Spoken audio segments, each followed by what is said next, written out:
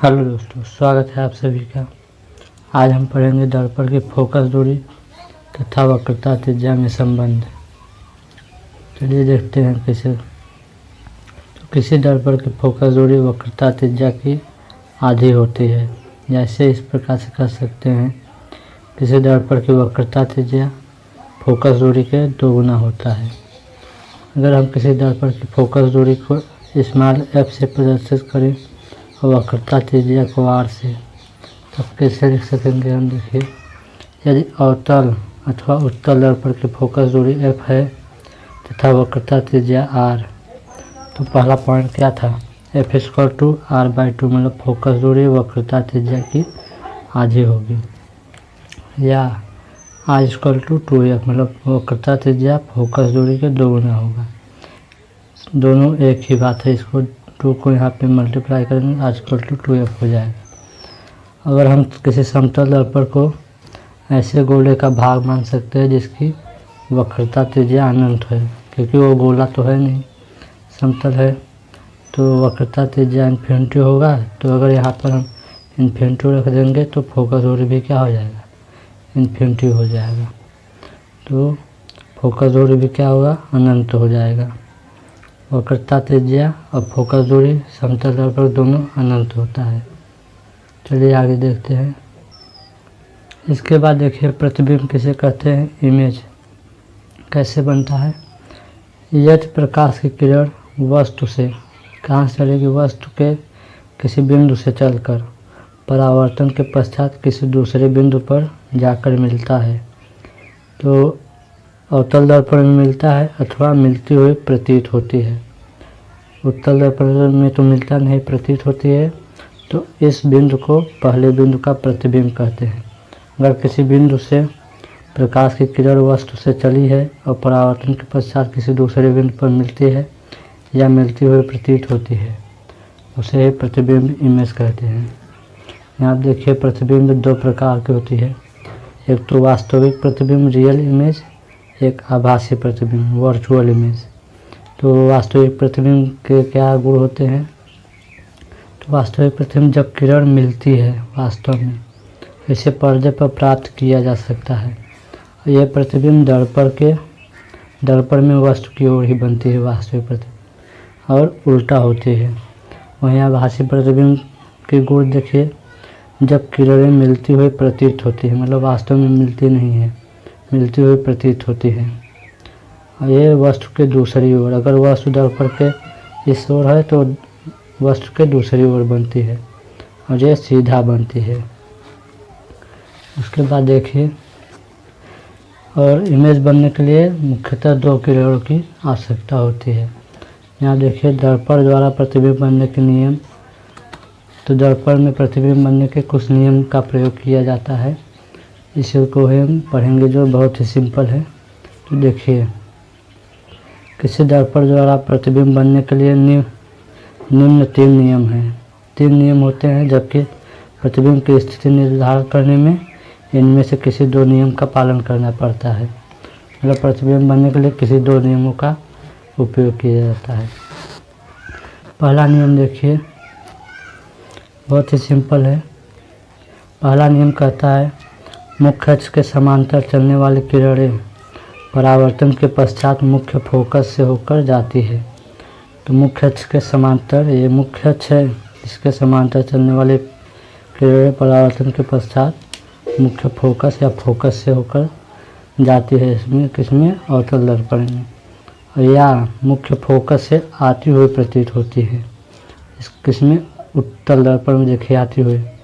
यहाँ पर देखिए, मुख्य अक्ष के समांतर गई, ये इधर हो गई। अगर हम देखेंगे, यहाँ से देखेंगे तो ये ऐसा लगेगा कि मुख्य अक्ष से किरण आ रही है, मुख्य फोकस से किरण आ रही है। तो यही मुख्य फोकस से आती हुई प्रतीत होती है उत्तल दर्पण में। देखिए, ये अवतल दर्पण में मुख्य फोकस से जाती है, उत्तल दर्पण में मुख्य फोकस से आती हुई प्रतीत होती है। दोनों एक ही बात है। और चलिए दूसरा नियम देखते हैं। देखिए, सेकंड रूल उसका ही अपोजिट है, मतलब परिवर्तित कर देंगे। तुम उसमें मुख्य अक्ष के समांतर जा तो मुख्य फोकस पर बनता था, और इसमें अगर मुख्य फोकस से होकर जाने वाली प्रकाश की किरण परावर्तन के पश्चात मुख्य अक्ष के समांतर हो जाती है। पहले नियम में था मुख्य अक्ष के समांतर आ रही थी तो फोकस से जाती है, और दूसरे नियम में क्या हो जाएगी, मुख्य फोकस से होकर आएगी और परावर्तन के पश्चात मुख्य अक्ष के समांतर हो जाती है। तो दूसरा नियम पहले का ही अपोजिट है। देखिए, अवतल दर्पण में मुख्य फोकस से किरण आ रही है तो परावर्तन के पश्चात मुख्य अक्ष के समांतर हो जाएगी। यहाँ देखिए, इसमें भी मुख्य फोकस से आ रही है और परावर्तन के पश्चात मुख्य अक्ष के समांतर हो जाती है। और तीसरा नियम देखिए, तीसरा तो इससे भी सरल है। तीसरा नियम क्या कहता है, वक्रता केंद्र से होकर जाने वाली तो अवतल दर्पण में वक्रता केंद्र से जाती है या वक्रता केंद्र की ओर आने वाली।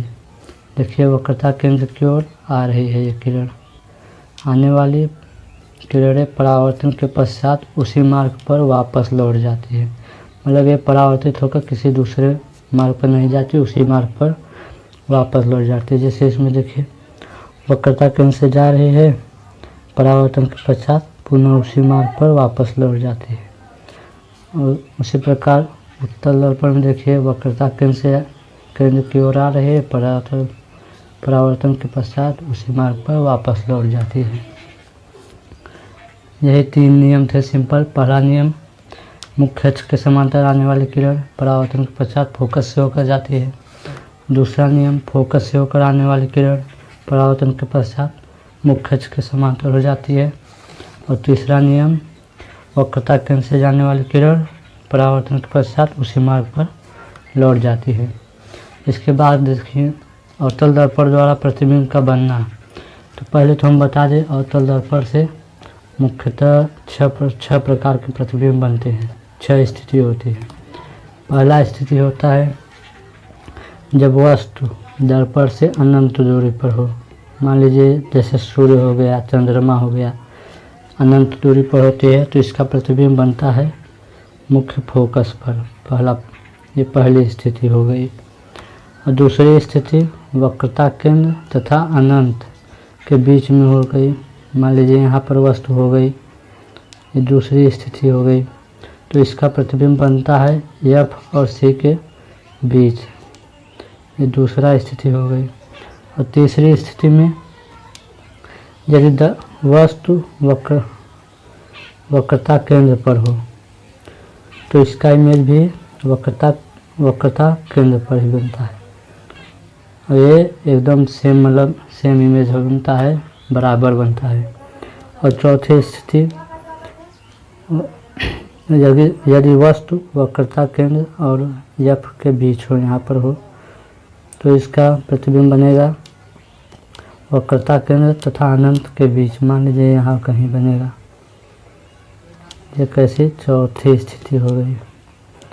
पांचवी स्थिति, यदि वस्तु फोकस पर हो, फोकस पर है तो इसका प्रतिबिंब कहाँ बनेगा, अनंत पर बनेगा।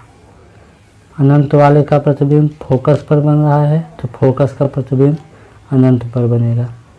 और छठवीं स्थिति, यदि वस्तु P यहाँ पर मतलब ध्रुव फोकस F के बीच हो तो इसका प्रतिबिंब दर्पण के इस ओर दूसरे ओर बनता है, आभासी बनता है। ये छठवीं स्थिति है। तो पहला अनंत पर है तो F पर फोकस पर बनेगा। दूसरा C और F अनंत के बीच है तो यहाँ पर बनेगा F और C के बीच दूसरी स्थिति। तीसरी स्थिति, अगर C पर है, वक्रता केंद्र पर है तो वक्रता केंद्र पर ही बनेगा। चौथी स्थिति, अगर C और F के बीच है, वक्रता केंद्र और फोकस के बीच है, तो ये बनेगा C और अनंत के बीच, चौथी स्थिति। पांचवी, अगर F पर है तो अनंत पर बनेगा। छठवीं, P और F के बीच है तो ये दर्पण के दूसरी ओर बनेगा। ठीक है, इसे हम किरण आरेख के द्वारा समझेंगे। पहली स्थिति, दूसरी स्थिति, मतलब 6 प्रकार स्थिति कैसे बनेगा, ये सब हम बताएंगे।